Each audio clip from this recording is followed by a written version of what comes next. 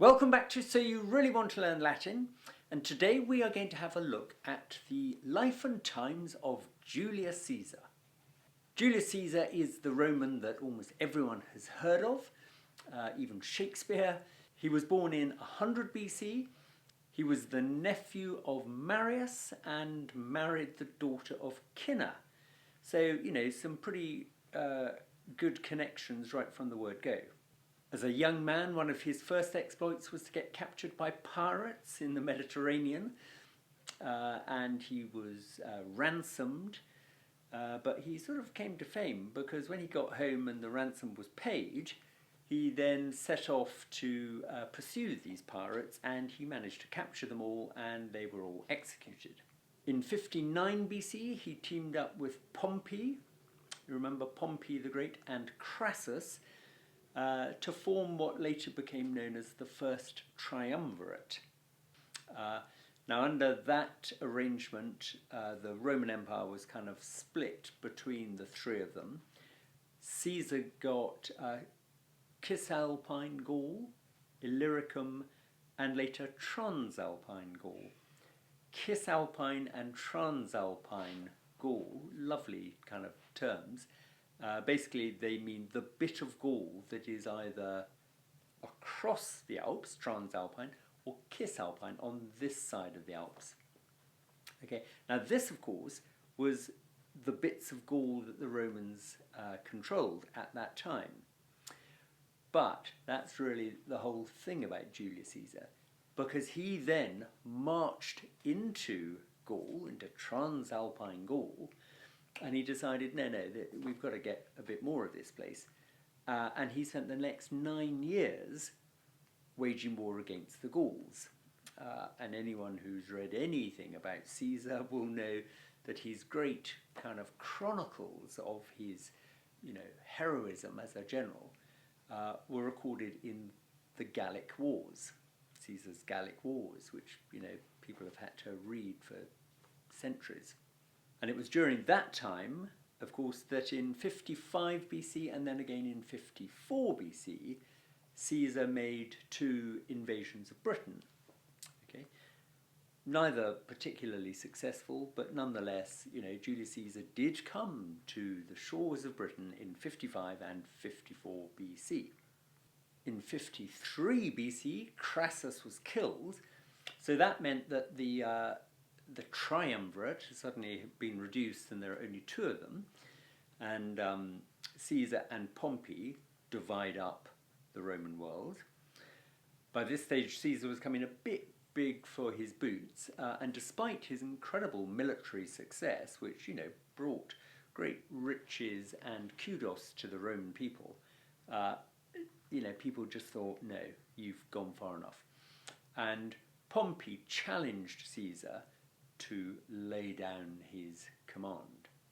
Caesar didn't like the sound of that, and so he marched back from Gaul towards Italy, and he got to the river Rubicon. Now, there was a well-established rule that a Roman was not allowed to cross into the area of Italy that was bordered by the river Rubicon at the head of an army.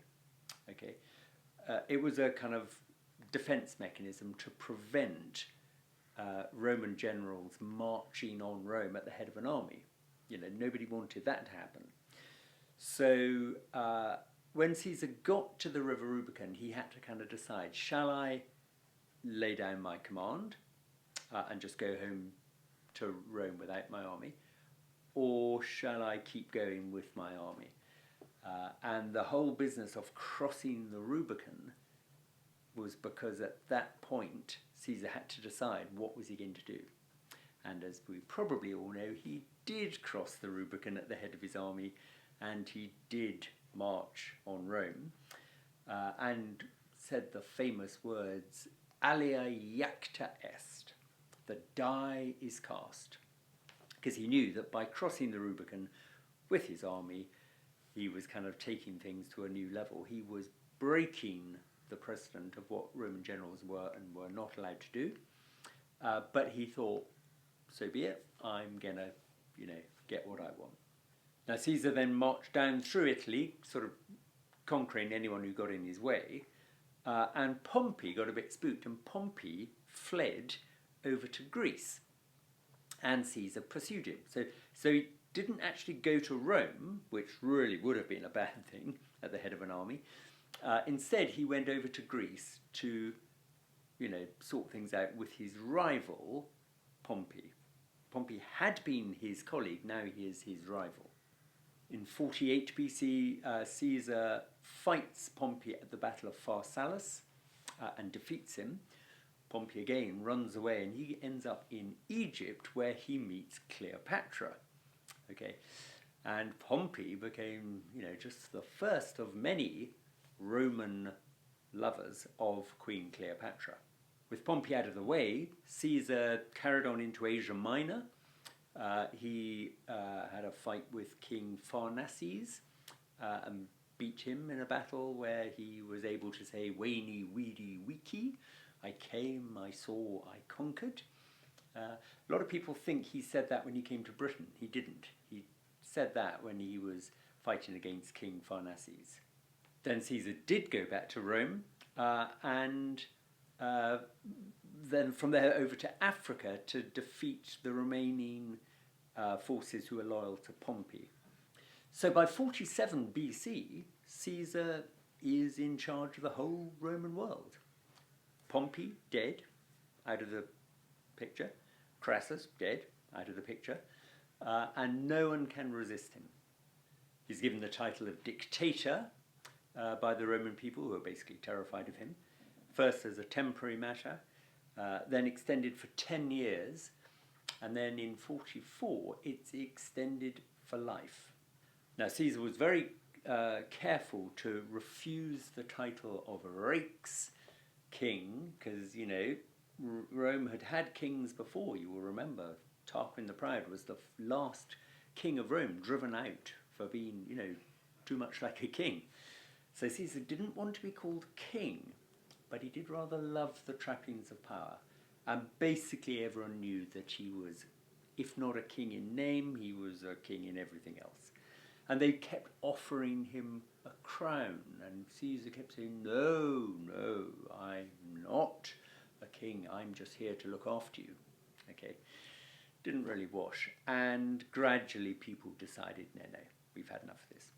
And very famously in 44 BC, on the Ides of March, Caesar came into the Senate House, despite the warnings of his wife Calpurnia, who'd had a dream saying, "Beware the Ides of March." He came into the Senate House, where he was surrounded by a group of people who turned out to be assassins, and one by one they stabbed him.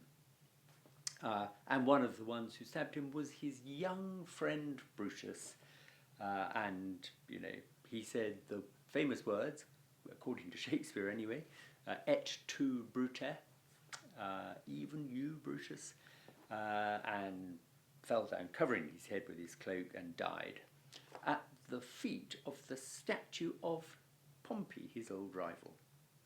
Okay, so that was the end of Julius Caesar. I mean, what a remarkable man he was. A great Roman, and left a most amazing legacy. Not least, lots and lots of things for us to read. The history of the Gallic Wars, and he also wrote a history of his civil wars. So, great man. And next time, as promised, we are going to be looking at some of what Caesar wrote in Latin. So if you're doing the Latin, keep up the good work on that. Otherwise, I'll see you back here on this channel very soon.